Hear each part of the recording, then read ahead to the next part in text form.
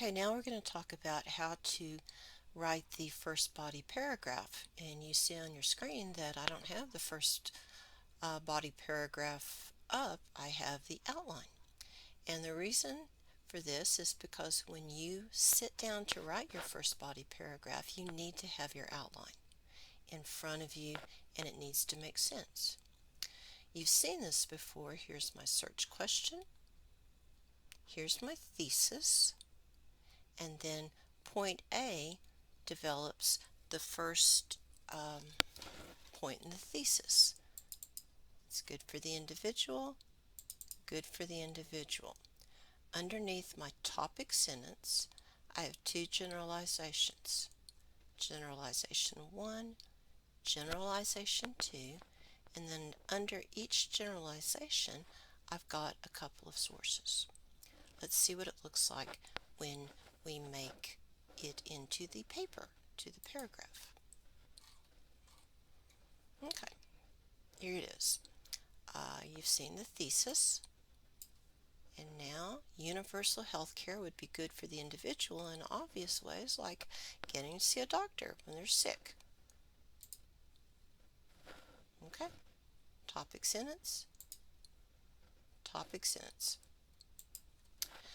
But there are a couple of subtle reasons that having access to health insurance benefits the individual. Ooh, do you see what I did? I have written a sentence that predicts my reasons, my generalizations. And now my reader is sitting on the edge of his seat waiting. Oh, what's that first subtle reason? I'll tell you. People whose jobs don't provide health care and who can't afford it themselves often just do without health care, and if they're young and healthy, they can get by for a while. So I'm just getting you ready. But people with health insurance can take advantage of preventative measures. They can take care of themselves before they get sick. Let's look at the outline. Oh, there it is. Okay. All right. Now, let's think back to the reader response and to the way that you present a secondary source. So, remember we looked at this? You have 5 steps. Just walk down those 5 steps. Tell what the source is going to support. Signal that you're about to use someone else's words or ideas. Quote or paraphrase. Parenthetically cite, and then warrant. Okay? So here's my sentence that tells what the idea is going to support. People who can afford preventative care are likelier to avoid chronic diseases which diminish the quality of life as well as drive up healthcare costs.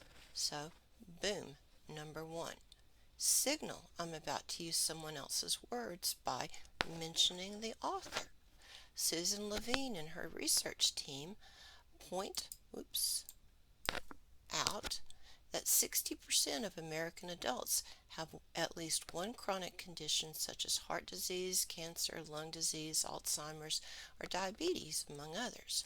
These conditions affect people's quality of life, their ability to work, and their emotional state. What's more, in 2016, health costs for chronic diseases were more than $1 trillion.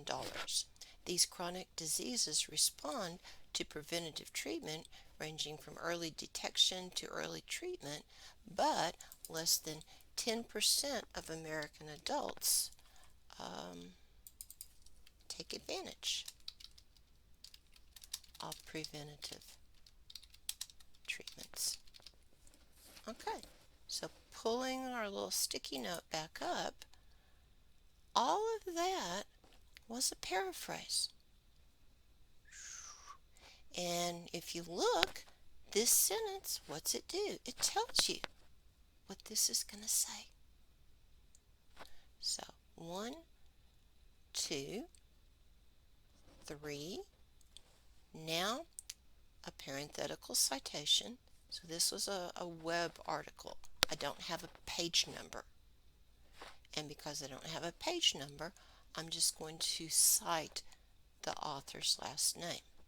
And pay attention, there's no period here, it's here. And then the last thing I have to do is warrant the source, explain how or why the source is useful. And this really is the hardest part, and I'll be honest with you.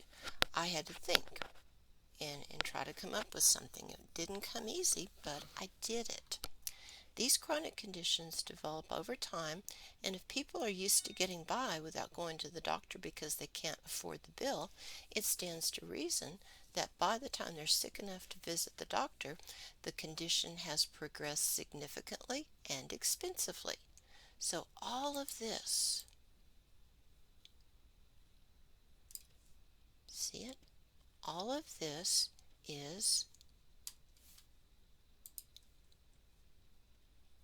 my first source. Okay, now I've got a second source that talks about the same point. And in fact, the cost of medical care is the most significant explanation as to why people let little medical conditions grow into bigger ones. Tell what my source is going to support. That's what I just did. Signal. I'm about to use someone else's words. I'm going to use hers.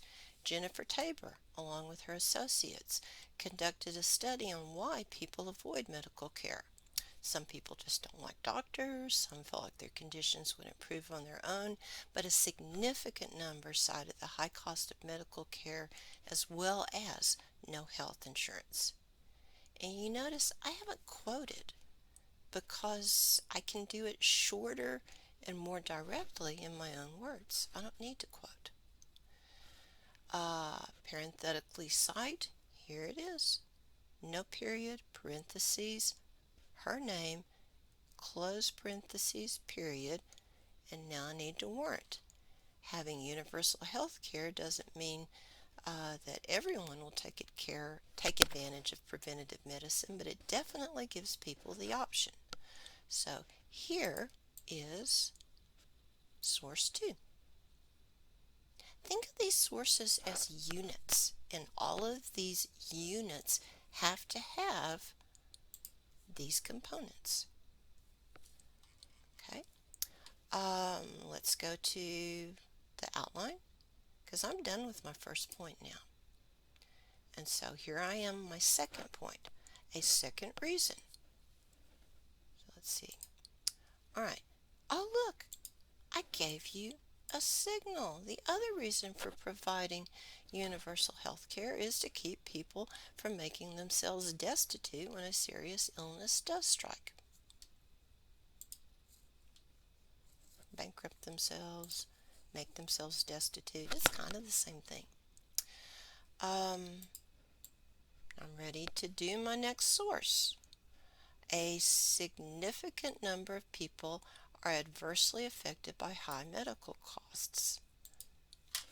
Tell what idea my source is going to support.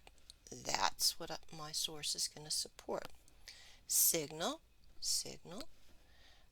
reports that 500,000 Americans are driven into bankruptcy by medical bills every year, and that the seriousness of medical bills in normal families can be illustrated by how many people have to fundraise on social media platforms to help with their medical bills. I thought this was extraordinary. GoFundMe hosted over 250,000 medical campaigns. I didn't tell you this, but it was last year.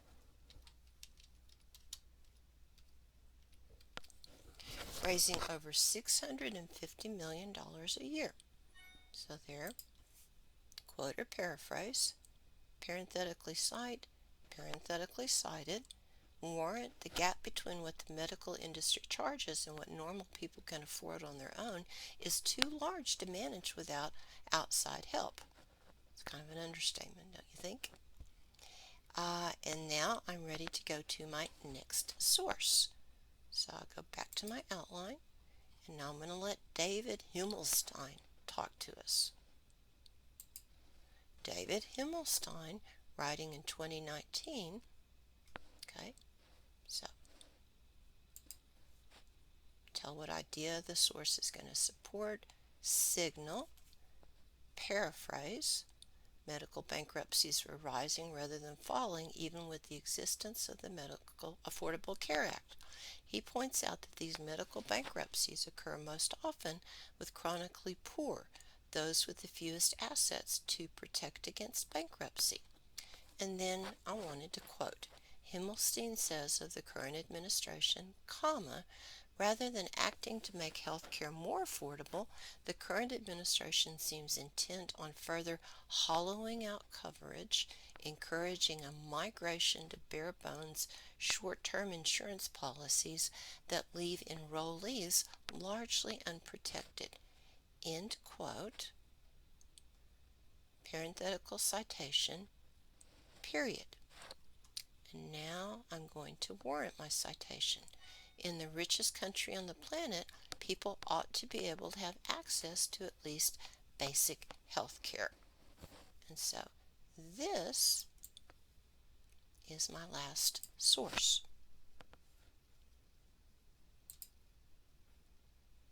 Here you go. And you say, but Dr. Smith, you've got one more sentence. What does that go to? The last sentence needs to loop back to your topic sentence and remind me, the reader, of what your main point is. So obviously normal American families living to paycheck would benefit if they had access to reliable, reasonable health insurance. Well, what was my main point up here? Why, it would be good for the individual in obvious ways.